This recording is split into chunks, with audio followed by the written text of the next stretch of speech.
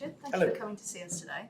I'd like to talk to you today about an infringement decision produced by the European Commission looking at Delivery Hero and Glovo in the food delivery services industry. This to me seems a powerful reminder about the risks of contacts between competitors in any forum. This case seems to have the classic hallmarks of collusion between competitors, but is really noteworthy as the first time that the Commission has found such competition law breaches in the context of a minority shareholding, and also the first time that the Commission, rather than a national competition authority, has taken up competition law breaches in labour markets. I was interested to find out what stood out to you in this case.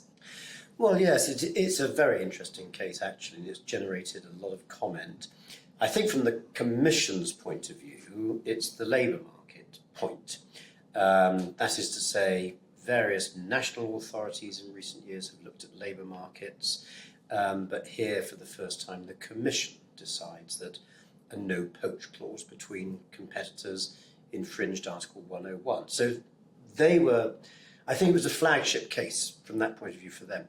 But what has generated at least as much discussion around the competition law world is the fact that here we're dealing with a minority investment by Delivery Hero and Glovo in 2018, I think it was, 15% stake,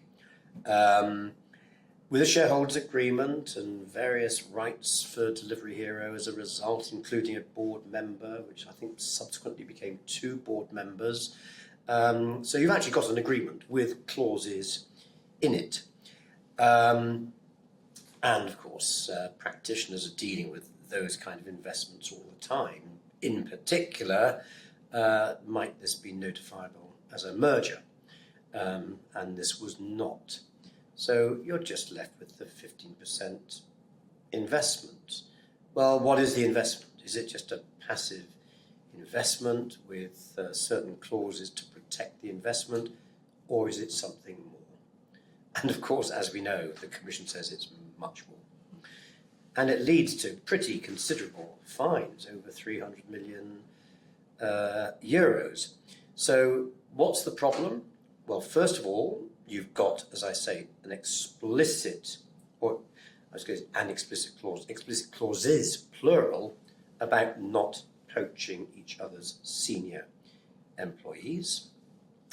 Then secondly, you've got board representation, so somebody from Delivery Hero is going to board meetings and there are documents and these are passed back to Delivery Hero and the information percolates down through the organisation.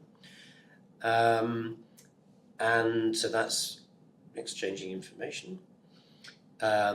Also, what happens, this is the interesting thing about it, I think, it's kind of a corporate governance issue, that over a period of time, the investment and the relationship that's involved there becomes pretty much, a partnership, an alliance, and these companies become friendly with one another. And the idea of not poaching senior management kind of changes and becomes, let's not poach each other's employees generally, and let's systematize some of all of this, and let's not actually compete with one another in particular geographical areas. So this original investment turns out in practice to be much more than just an investment and does become a fairly generalized infringement of Article 101. I should just say, the infringement came to an end when eventually Delivery Hero acquired Glovo. Yes. Well, at that stage, there's no one to agree with because you've got a merger. Absolutely. It was interesting to see the Commission took that partnership, that growing partnership, and consolidated those behaviours as they turned more and more into infringements into some 3 overarching categories. So as you say, we have the labour market infringements, which is the first time the Commission's looked at that, rather than leaving it to the national authorities. Then we have the sort of more bread and butter of the Commission, so information exchange and market allocation findings. Are there any features of the competition law breaches that strike you as particularly novel? Well, I mean, as I said at the outset, from the Commission's point of view, the novelty is the labour market bit. The the exchange of information, geographical market sharing, well, that's as old as the hills in terms of competition law. I agree. And are there any features that you saw in terms of the minority shareholding scenario that stood out to you that allowed that information exchange to take place more by virtue of the forum in which it took place? Well, look, I think what I would say about that is that these shareholdings, clearly they can give rise to problems.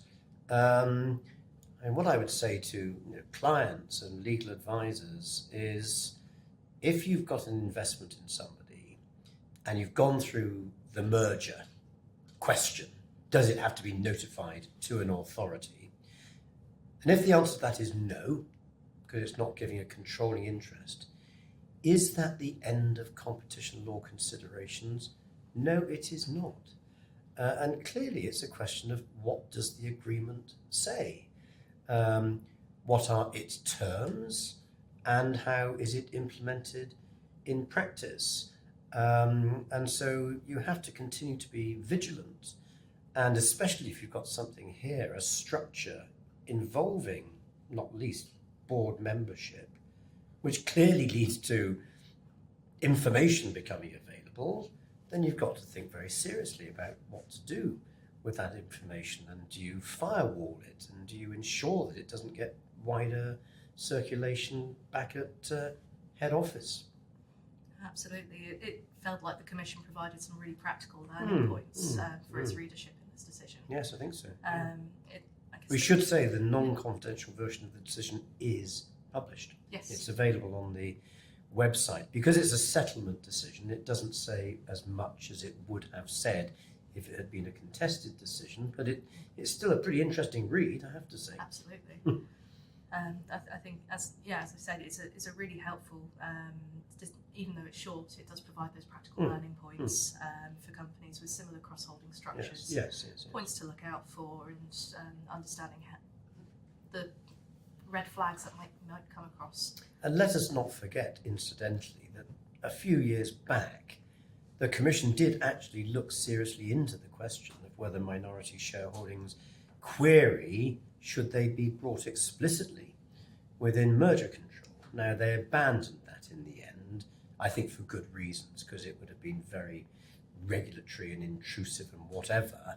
But the very fact that they looked at it shows that there are competition issues associated with this kind of investment. Oh, you're quite right. I see this as one of the first times the Commission's found that these breaches took place rather than the old adage of a smoke-filled room in the usually more legitimate context of a minority shareholding, supported by those shareholders' agreements, further investment rounds, and that deepening partnership we discussed about, which, as you say, eventually culminated in Delivery Hero acquiring Glovo. Do you think this case is a warning that these corporate structures will come into the competition authority's sights more than they have previously? Well, yes, I'm sure that is the case. My understanding is, in this case, that the Commission were tipped off by, I think, conceivably two different authorities, one within the EU and another one outside the EU. I think they said also, didn't they, that somebody had got in touch with them through the anonymous whistleblower tool. I think a broader point is that competition authorities are liking it to be known these days that they come across infringements other than through leniency applications. Yes. Because if authorities only do cases where they have leniency applications, then if leniency applications stop, then that's the end of enforcement. So I think the authorities are wanting to let it be known that there are other ways of finding infringements. I agree. I noticed here that the Commission said that they took those initial leads and then that complemented their own market monitoring exercise. Precisely. Yeah. That's been really interesting. Thank you, Richard. Okay, pleasure.